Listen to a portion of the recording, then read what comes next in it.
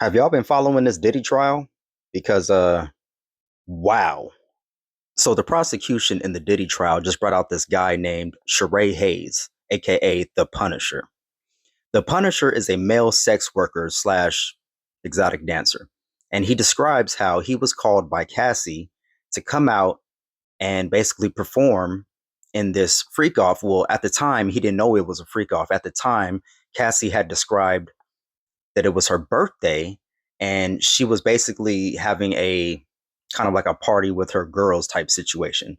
Then when he gets there, he finds out that it's more of a situation with her and her husband or partner, whatever, and how basically they just wanted to create a sexy scene with the Punisher. So without getting into a whole lot of details on this, because it's hmm, look, he basically described how Cassie was the one who initiated everything. She was the one who primarily paid him. She was the one who was giving most of the direction, at least at first. And then he describes how Diddy comes into the room basically wearing nothing. He's completely naked except for a Muslim like face covering, is how he described it. So he's covering his face, but nothing else down here, right? And he's just sitting in a chair in a dark corner somewhere in the room while the Punisher and Cassie get down. And I'm guessing the prosecution brought in the Punisher to corroborate their version of events and to try to get a case built against Diddy to say that, hey, he used coercion and force in order to do these freak offs, by flying prostitutes in and forcing Cassie to take part in this activity.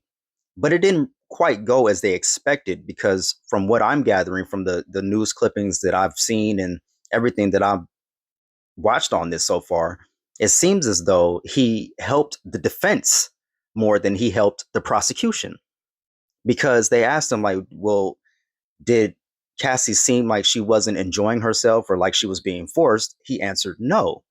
And they also asked him, well, if was she under the influence of any drugs or alcohol? Did she seem like she was under the influence of anything? And he would say, no, she's not that I can tell. I couldn't tell that she was on anything, at least I'm not. He said he wasn't that familiar with people that are on drugs because he doesn't partake himself. He also explained how it seemed as though, from his recollection at least, that Cassie was enjoying herself, at least for the most part. He did mention that at times she would wince and sigh at Diddy's direction because this is what Diddy does, right? Apparently, this is his MO. Yes, he really is into baby oil. Okay, let's put that to the side, right? We'll stick a pin in that and get back to that later.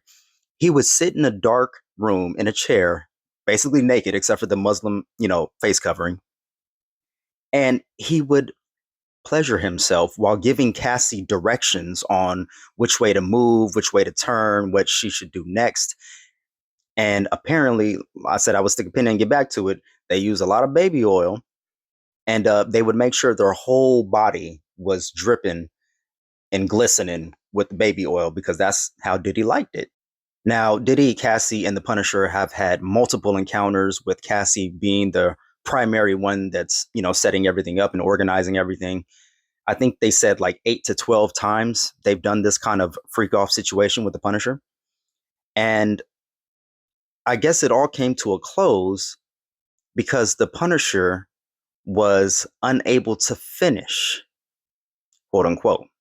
And the reason that he says he was unable to finish was because Diddy was in the room. So, just for full transparency, according to the Punisher, this wasn't something that he would normally do. He was primarily a male exotic dancer. He thought he was coming in to do a show for women. Then, when he got there, he found out that it was Cassie and Diddy just wanted to do his thing in the corner while he watched. But again, that doesn't prove racketeering. That doesn't prove sex trafficking, especially if the escort in question was a willing participant. He wasn't coerced. He wasn't forced to do this. And by his own account of what he remembered, Cassie wasn't forced either. At least that wasn't what he got from the interaction. She didn't seem to be under the influence of drugs. She didn't seem to be, you know, She didn't seem to be an unwilling participant because they asked him, like, would you have done this if she seemed like she didn't want to do it, if she wasn't into it? He said, no, I wouldn't have done this at all. This guy was trying to paint himself, and he probably is, but he was trying to, tell everyone that he's a professional and that he viewed this as his job. This wasn't just a freak off for him or some sexual experience with a woman. This was a job for him. So all he wanted to do was paint the sexual experience and to paint the sexual picture for Cassie and Diddy because that's what he thought he was getting paid for. And, I guess he was.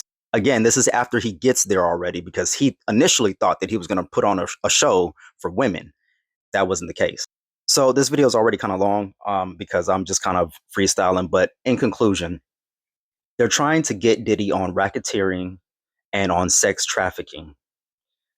But they brought this guy in, the prosecution brought this guy in to try to corroborate that, but it didn't really go as they planned. So he kind of basically helped the defense, if anything. So as these days go by, they're going to continue to try to build this case against Diddy for racketeering, sex trafficking. They got him on, he's not in jail for abusing Cassie, even though they use that 2016 video as evidence of him being abusive. That kind of goes into everything else, but not in and of itself. So he's not on trial for being abusive, for domestic violence.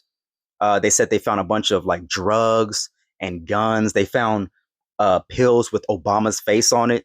They found pills with the Tesla, the Tesla pills or whatever.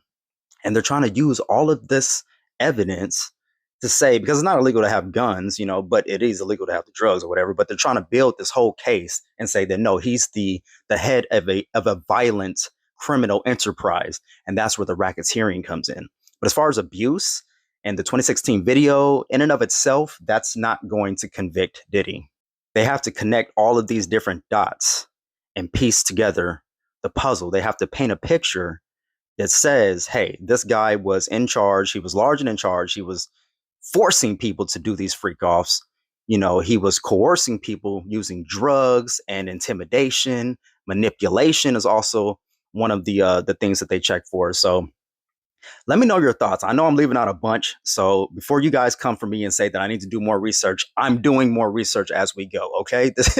I wasn't initially going to do this, but this whole trial thing is kind of taking everybody by storm and it's kind of dominating the news right now. So I wanted to know a lot more about what's going on. So leave me your thoughts in the comment section below or to the side, whatever platform this is. And if I left out anything, please include it in the information so that we all have a bigger or a larger scope of what we're talking about here. And, if I missed anything, please let me know. If you would like to add anything to make this conversation, better or to add more light to this whole situation, please do so. Love, peace, and light, folks. Remember, love more than you hate. All right. Until next time, flip out.